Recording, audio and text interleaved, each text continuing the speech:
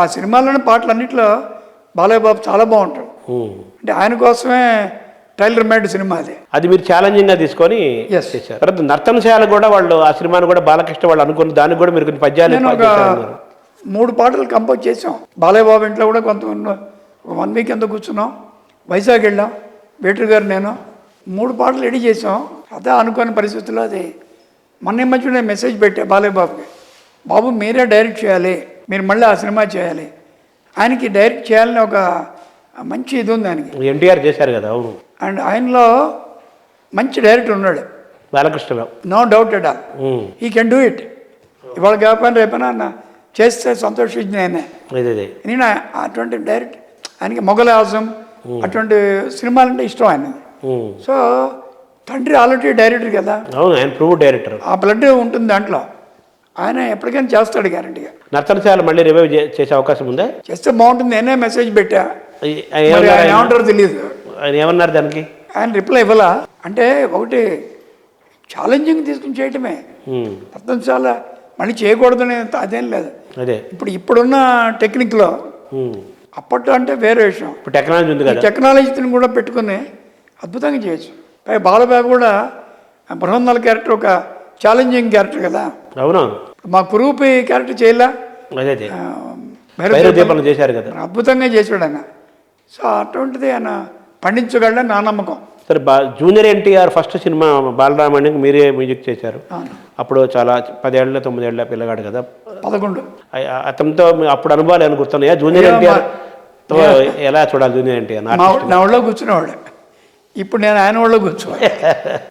నా వైఫ్ నేను aunty uncle మాధవపెద్ద అంకుల్ని పిలిచేవాడుతాను. Tarak మంచి ఆర్టిస్ట్ కూడా, నో డౌట్, చాలా మంచి ఆర్టిస్టు. అన్నీ మరి నందమూరి కుటుంబం ఎటువంటి కుటుంబం, ఆ జీన్స్ నాకు నాకు హరికృష్ణ గారు కూడా మంచి స్నేహితుడు. నందమూరి కుటుంబం అందరూ మాకు బాగా సన్నిహితులు. రామకృష్ణ గారు కానీ అందరం. జూనియర్ ఎన్టీఆర్ తారక్లో మీరు ఆ రోజే గమనించారా ఇతనిలో ఒక ప్రత్యేకత ఉందని ఏమన్నా? No doubt. అసలు ఆ సినిమా చూస్తున్నాడు అర్థమైపోయింది డెఫినెట్గా ఇతను చాలా అభివృద్ధిలోకి వస్తాడని చెప్పి. జంధ్యాల గారు పరిగెట్టుకొని మిమ్మల్ని మ్యూజిక్ డైరెక్టర్ చేశారా? అది ఎలా జరిగింది సార్ ఆ సందర్భము? మిమ్మల్ని కంపోజర్ చేయాలి, తను ఎలాగైనా చేయాలని.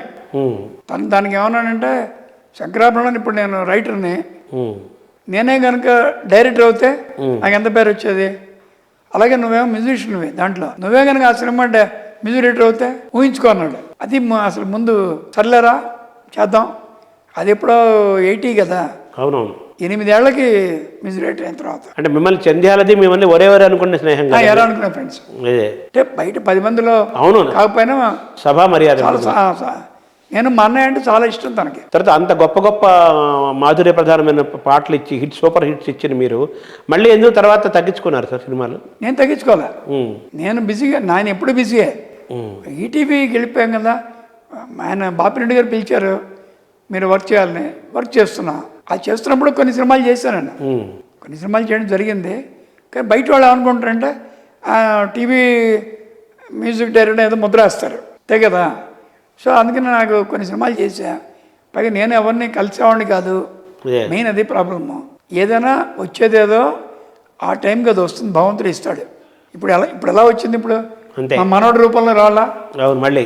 మరి పైగా ఇండస్ట్రీలో 5 తరాలు మేము వర్క్ చేసేది. ఇప్పుడు 5 తరాలు అంటే అంత ఈజీయా? ఇంత మంచి గొప్ప ఇండస్ట్రీలో అది ఒక అదృష్టం. 88లో మీరు మొట్టమొదటి మ్యూజిక్ డైరెక్టర్ అయితే మీ మ్యూజిక్ డైరెక్టర్ ప్రయాణం కూడా ఈరోజు 46 ఏళ్ళు, దాదాపు 36 ఏళ్ళు అయింది మ్యూజిక్ డైరెక్టర్ అయ్యి. అలాగే 71లో మీరు అక్కడికి వెళ్ళి 72లో వెళ్తే 74 బిగినింగ్ మొదలుపెట్టింది. మొదలనే ఏప్రిల్తో 50 ఏళ్ళు పూర్తి నిండిపోయి స్వర్ణోత్సవం జరిగింది. కొన్ని ప్రోగ్రామ్స్ చేసాం సింగపూర్. మీ పైన ఎవరి ప్రభావం సార్ మ్యూజిక్ డైరెక్టర్గా? మీ పైన పర్టికులర్ ఎవరిదని లేదు, ఆ సినిమాకి సంబంధించి. భైరవ దీపం చేస్తున్నప్పుడు నాకు ఎంతసేపటికి పెంజాల్ గారు, రాజేశ్వరరావు, ఘంటసాల గారు గుర్తొస్తారు, ఇంకెవరు నాకు గుర్తురారు. అలాగే రేపు పొద్దున శంకరాభరణం లాంటి సినిమా వస్తే మాధవన్ గారిని గుర్తొస్తాడు. ఒక మాస్ మసాలా చేసినప్పుడు వెరైటీగా చేయాలి అనుకున్నప్పుడు ఏ పాటన్నా నాకు ఇళయరాజా గుర్తొస్తాడు. అంటే మా తరం మ్యూజిక్ డైరెక్టర్ నా పెద్ద, నేను సీనియర్స్తో పనిచేసే కదా, మంచి మెలోడీ చేసినప్పుడు ఒక రమేష్ నాయుడు గారు, ఒక మహాదేవన్ గారు, అలా నాకు రకరకాల మ్యూజిక్ డైరెక్టర్స్ దగ్గర పనిచేయడం వల్ల వాళ్ళందరి ప్రభావం నా మీద ఉంటుంది.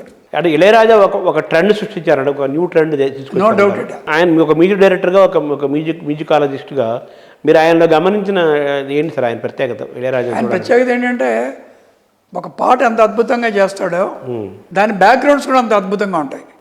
అలాగే ఆ cinema background score. Ramesh Naidu బాగా ఇష్టం కదా జంధ్యాలకి, యాక్చువల్గా ఆయన సినిమాలు ఎక్కువ ఆయనే ఉంటాడు, ఎక్కువ రమేష్ నాయుడు ఉంటాడు. అవును. విశ్వనాథ్ గారు కేవీ మహాజన్ ఎలాగో జంధ్యాల గారికి రమేష్ నాయుడు ఎలాగా ఆయన ఉండగా మిమ్మల్ని ఎందుకు సెలెక్ట్ చేసుకున్నారు సార్ జంధ్యాల గారు? కాలేజ్ మేట్స్ కాబట్టి. అంతే. యాక్చువల్గా రమేష్ నాయుడు గారిని పెట్టుకోమని చెప్పింది కూడా జంజాలకి నేనే. సో నన్ను అడిగాడు, నేను ఇలా ఫస్ట్ పిక్చర్ చేస్తున్నాను, ఎవరైతే బెస్ట్ అంటే ముగ్గురు చెప్పా. రమేష్ నాయుడు గారు, ఎంబి శ్రీనివాస్ గారు, ఎస్పి బాలసుబ్రహ్మణ్యం గారు. ఆయనకి బాగా సెట్ అయ్యాడు రమేష్ నాయుడు గారు చాలా సినిమాలు. నేను చేసిన ఐహానాయిక కూడా నా మొట్టమొదటి పాట కూడా ఆల్మోస్ట్ రమేష్ నాయుడు గారు సంగీతంలానే ఉంటుంది, స్టైల్ అదే స్టైల్ ఉంటుంది. అలాగా అసలు రమేష్ నాయుడుకి ఎంత సింపుల్. మా ఇంట్లో ఫంక్షన్కి మ్యూజిక్ డైరెక్టర్స్ అందరూ వచ్చేవాళ్ళు, రాజేశ్వరరావు అందరూ వచ్చేవాళ్ళు, కింద కూర్చుని పూజ దగ్గర కూర్చునేవాడు ఆయన రమేష్ నాయుడు గారు. అంత సింపుల్ వాళ్ళు, వాళ్ళకేమి ఎటువంటి ఇగోలు ఏమీ లేవు. False prestige. ఇప్పటికి కూడా నేను సామేదం షణ్ముఖం గారు మేము కలుస్తుంటే మా పాత విషయాలు మాట్లాడుకుంటాం. అంతా వీఆర్ వెరీ. సామవేదం వారి పాటకు మీరు సంగీతం చేశారా ఎలా? ఆయనకి ఇవి చేసాం కదా, మొన్న 10 పాటలు చేసి పెట్టా. ఆల్బమ్ 10 పాటలు అద్భుతంగా వచ్చాయి. సినిమా మ్యూజిక్ డైరెక్టర్లు అంటే కూడా సినిమాలు మ్యూజిక్ చేసుకుంటారు కదా, మీరు ఆల్బమ్లు ఎందుకు చేశారు అసలు? అంటే 90 మొదట్లో 4-5 సినిమాలు అయిన తర్వాత 3 సినిమాల్లో లియో ఆనంద్ నన్ను అడిగాడు. లియో కంపెనీ ఉండేది, Leo cassette private album first time చేయాలండి. అప్పుడు అది ఏదో ఒకటి చేయడం కాదు, నేను చేసేది ఇది నిలబడిపోవాలని ఓం ఓం సాయిరాం. మాకు ఇష్టమైనటువంటి దేవుడు మాధవ పెద్ద వాళ్ళకి నాగారు బొమ్మ, వేణుగోపాల స్వామి, షిరిడి సాయిబాబా ముగ్గురు చాలా ఇంపార్టెంట్. దానికి రైటర్స్ శ్రీవేంద్ర సీతారామ శాస్త్రి 1-2 పాటలు, వెన్నెల గంటి 2-3 పాటలు, జొన్నమిత్రులు గారు 4 పాటలు, ఇలా అందరి చేత రాయించుకున్నాం. డి నారాయణ వర్మ ఆయన ఒక పాట రాశారు. సో అది ప్రత్యేకంగా ఉండాలని ఆల్ సింగర్స్ని పాటిద్దాం అనుకున్నా. ఒక్క జానకి గారికి కుదరలం మాకు. ఆవిడకి ఏదో ఎక్కడో సైన్ చేసిన ఏదో అంతే ఆవిడ. ఎస్పి బాలసుబ్రహ్మణ్యం గారు, పి సుశీల్ గారు, చిత్ర, మా అన్నయ్య రమేష్, మనో, జిక్కి గారు, తర్వాత ఏమో వాణి జయరాం, తర్వాత S P Sailaja and V Ramakrishna. ఇంతమంది పాడిన ఆల్బమ్ బహుశా అదొకటే. ఇప్పటికి 30-40 లక్షలు సోల్డ్ అవుట్. ఎక్కడికైనా నా మంచి పేరు ఆ ఆల్బమ్తో. అది అక్కడి నుంచి ఇక 100-200 ఆల్బమ్స్ పైన చేసి ఉంటారు. సో ఇన్ని ఆల్బమ్లు చేసిన మ్యూజిక్ డైరెక్టర్స్ ఎవరు లేరు కదా సినిమా ఇండస్ట్రీలో? మేబీ మరి నాకు తెలిసి మా తరం మ్యూజిక్ డైరెక్టర్స్ లేరు అనుకుంటున్నాను ప్రైవేట్ ఆల్బమ్స్లో. ఇన్ని చేయలేవారు. తర్వాత మీకు ఆకాశవాణితో కూడా అనుబంధం ఉంది కదా సార్? అవునండి. విజయవాడలో ప్రయాగ రామకృష్ణ గారు మాకు తెలిసిన వాళ్ళు. అక్కడ వైఎన్ సుబ్రహ్మణ్యం గారు ఉండేవారు. ఆయన ఒకరోజు మమ్మల్ని, మేము పాపులర్ కదా కార్మిల్ కార్యక్రమం, దాని సిగ్నేచర్ ట్యూన్ నువ్వు వాయించాలని తీసుకెళ్ళారు. అది యువవాణి. దాని తర్వాత అప్పుడప్పుడు వెళ్ళి వాయిస్తుండేవాడిని. తర్వాత చాలా గ్యాప్ అయిన తర్వాత, గ్యాప్ వచ్చిన తర్వాత మళ్ళీ ప్రయాగ రామకృష్ణ గారు పిలిపించి, అప్పుడు శర్మ గారు ఇండియాలో ఆయన కదా ఈ మీడియాకి ఇది, అవును ఆయన కె శర్మ గారు, అవును ఆయన పిలిపించి ప్రసార భారతి కూడా హెడ్ చేశారు. ప్రసార భారతికే ఆర్చీవ్స్ చేయమన్నారు హనుమాచార్య కీర్తనలు. అప్పుడు 12 పాటలు హనుమాచార్య కీర్తనలు బాలు గారు, ఒక 12 ఏమో నిత్య సంతృప్తి చేశారు. అదే విపరీతం నచ్చింది అందరికీ. దాంట్లో సభలో, పెద్ద సభ, ఆ సభలో నాకు డైరెక్ట్గా ఏ గ్రేడ్ ఇచ్చారు. చాలా rare incident. Akashvani A grade అంటే చాలా పెద్ద గుర్తింపు, మంచి గుర్తింపు. దాంట్లో ఏ రకమైన డైరెక్ట్గా నన్ను పిలిచి వాళ్ళు ఏమీ చేయలే. వాళ్ళందరూ ఏం అక్కర్లేదు సార్, మీ పాటలు విన్నాం కదా మీకు ఇస్తున్నాం అని. తర్వాత మీ పాటగా నంది అవార్డులు కూడా వచ్చినాయి కదా? నంది అవార్డు చాలా వచ్చాయి, 4 వచ్చాయి. అంటే నేను చేసిన పాటలకి 2 పాటలకి భైరవ ద్వీపం, తర్వాత శ్రీకృష్ణార్జున విజయం, తర్వాత అలాగే టీవీ దీంట్లో 2 వచ్చాయి. ఒకటేమో ఈటీవీకి వచ్చింది, మన జానకి గారికి వచ్చింది నా పాటే. ఇంకోటి నాకు వచ్చింది డైరెక్ట్గా 6 నంది అవార్డ్స్ ఆ పాటకి. సో 4-5 నంది అవార్డ్స్, ఒక నేషనల్ అవార్డు. నేషనల్ అవార్డు ఉత్తమ బాలల చిత్రం అందరికి వచ్చినట్టేగా, బాలరామాయణ, జూనియర్ ఎన్టీఆర్. ఇవి కాకుండా వరల్డ్ వైడ్ ఎన్నో కంట్రీస్లో, ఇండియాలో కలిపి ఒక 300-400 చాలా గొప్ప సంస్థలు సన్మానించడం, వాళ్ళ అవార్డ్స్ రావడం. తర్వాత మీ ఇంట్లో సంగీతము కళలు ఎలా ఉన్నాయో, నాట్యం ఎలా ఉందో, అలాగే మీరు రంగస్థల నటులు కళాకారులు మాధవపతి వెంకటరామయ్య గారు మహానటుడు, గుమ్మడి గారు లాంటి వాళ్ళకి ఆయన ప్రేరణ. అలాగే మాధవపతి వెంకటరామయ్య గారు, మాధవపతి సత్యం గారు కూడా ఆయన రంగస్థల పద్యాలు నాటకాలు వేసేవారు కదా. సో మీరెప్పుడు రంగు వేసుకుంటే ఆ పరిస్థితి రాలేదా? త్వరలో వస్తుందేమో. నిజంగా వస్తే చేయాలని నాకు ఉంది. అలాగే డైరెక్షన్ కూడా నాకు చేయాలనే ఉంది. చేయాలని ఉంటాం వేరు. మంచి సబ్జెక్ట్ అంటే first shot is best shot లాగా. యాక్టింగ్ నాకేం పెద్ద అది నాకేం చాలా ఈజీయే. కొత్త పాట కంపోజ్ చేయడం కష్టం, కానీ యాక్టింగ్ అంతే ఉంది. వాళ్ళు రాసిస్తారు హావభావాలు.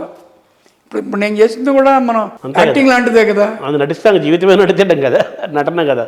ఎప్పుడు నవ్వాలి. నాకు ఆ కెమెరా ఫియర్ లేదు, అందుకని ఆ ప్రాబ్లం ఏం లేదు. సో మీలో నటుడు కూడా ఉన్నాడు. సో మీలో గాయకుడు ఉన్నాడా? గాయకుడు ఉన్నాడుగా. మరి మేమే పాడి చెప్పాలి కదా. అదే ఎవరికి చెప్పి నేను పాడి చెప్పాలిగా. ఫస్ట్ వినిపించాలి. ఆ పాట నేను పాడింది అర్థం అవ్వాలి వాళ్ళకి. అంతేగాని నా దగ్గర అసిస్టెంట్స్ ఎప్పుడు మా అన్నయ్య చనిపోయిన తర్వాత నో అసిస్టెంట్స్, నేను ఒక్కడే చెప్పేవాడిని. ట్రాక్ సింగింగ్స్ పాడిస్తారు కదా, ట్రాక్. నా దగ్గర ఎవరు ట్రాక్స్ లేరు. ఫస్ట్ మా అన్నయ్య, దాని తర్వాత నేనే. మీరే పాడి వినిపించారు. డైరెక్ట్ ట్రాక్ లేదు, రావడం వినిపించడం హార్మోనియం పెట్టి టేక్.